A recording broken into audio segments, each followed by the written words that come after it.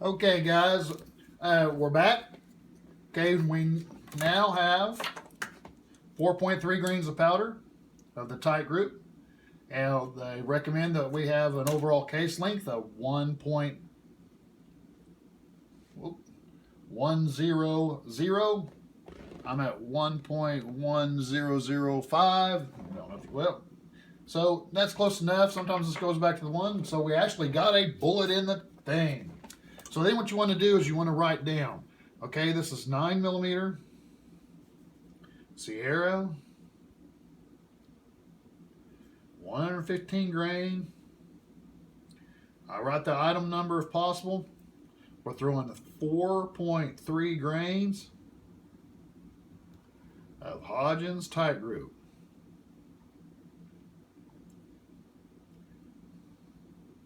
And we're seating it at a 1.1000. Now, like I said, once again, if you follow this load data, do so at your own risk. Okay, so we can go up 2, we can go down 2, we can go over 2. So, but what we're going to do is we're going to load 5 bullets. Okay, so we're going to take this off, we're going to dump it out. We could also do a trickle charge on here if I wanted to, but this thing, what is that? The 10X pistol by Redding.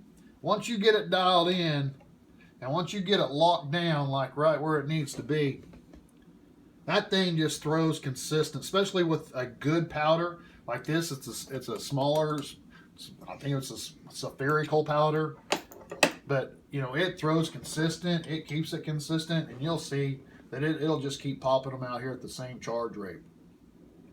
All right, so let's take our case and go ahead and throw some powder in it. I bet y'all thought we'd never get to this reloading. Heck, I didn't think we'd get to this reloading, to be honest with you. I've been so busy, I'm sure everybody else has too, you know, with the holidays and the new year and everything, work. Go ahead and seat this bullet. Just a lot of stuff going on this time of year. All right, we're going to check the consistency, make sure that we are the same, and we're within 1/1000th of an inch. It's pretty dang good. So there's 2.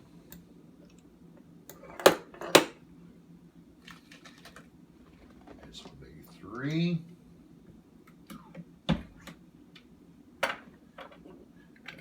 4.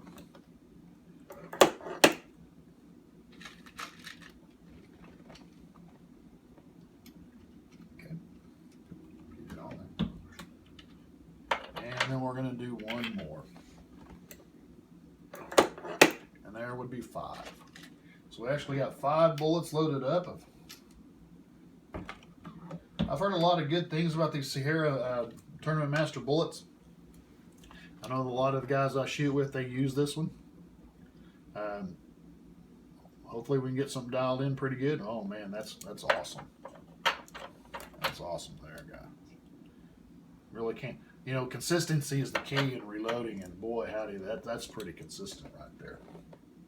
Okay, so we're going to put up the calipers here. Set them to the side. We're going to go ahead and put our powder back in our hopper so we don't have no extra powder sitting around.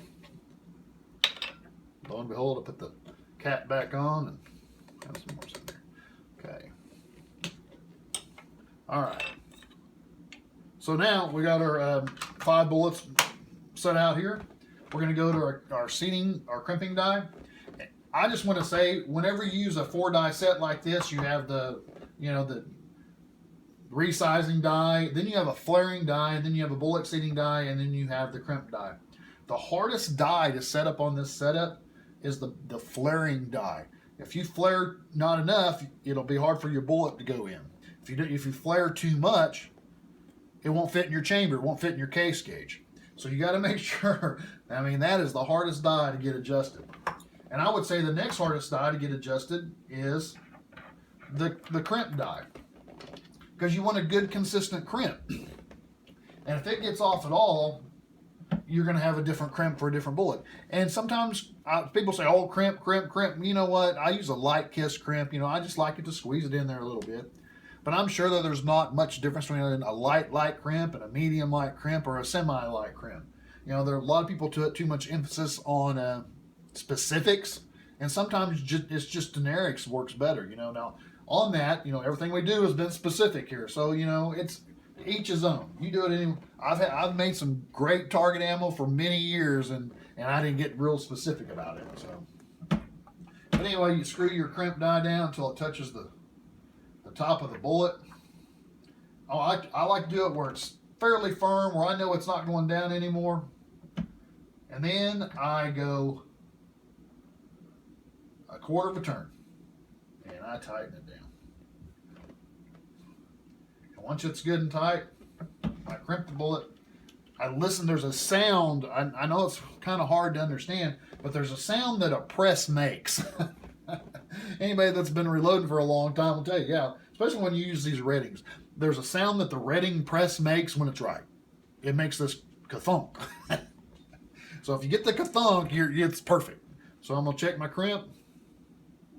And to me, that's perfect. That's awesome. Hit that sucker on the first try. I'm going to get my gauge.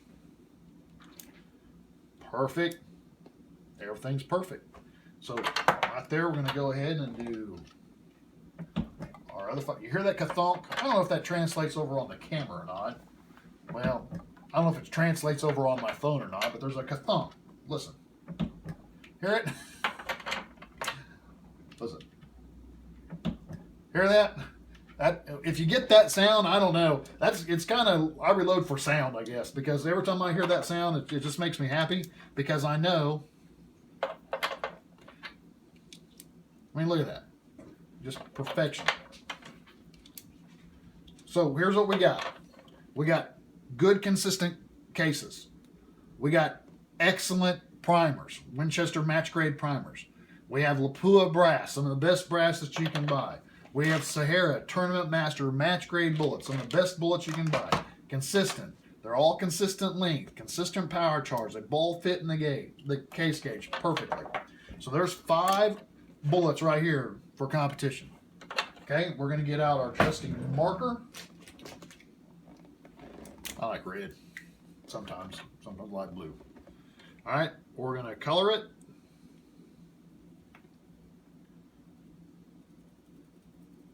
So y'all watching a reloading channel because you wanted to see the reloader color bullets. Hey, each his own, you know. Everybody has their own different ways, different methods, you know. You get busy, you forget. So you got to have it all, make it where it's easy, you know. Also, the more time you spend in your reloading room, and I brought this up once, and a guy named C-Max, I don't know if you all know C-Max, but, you know, he took away my man card for a few days because I gave up some man secrets. You know, but the more time you spend coloring these bullets, the more time you don't have to go in and listen to your wife and listen to her talk and bellyache and all that, you know, because like in my house, there's a rule. You know, when I'm at the reloading bench, there's no wife talking. You know, this is all man time here. This is man business right here. Right, cameraman? Mm-hmm. Now, I do know there are a couple of women that watch my channel, and I do appreciate them. You know, the more women we can get in the reloading and the shooting, the better. I'm all for women shooting. I mean, we've got a couple of women that shoot our competition matches, and they're good. You know, we have a couple of ladies that shoot 3-gun, and man, you know, sometimes they put me to shame. They make me look bad sometimes. The only time I'm really half-assed any good, you know, when I'm shooting USPSA is with a revolver. I don't know why. I don't know if it's because I got strong fingers or what. Okay, my cameraman is saying that's about the 10-minute mark. I do appreciate y'all watching. So there's our first round of 5 bullets. Sahara, tight group. Appreciate you watching.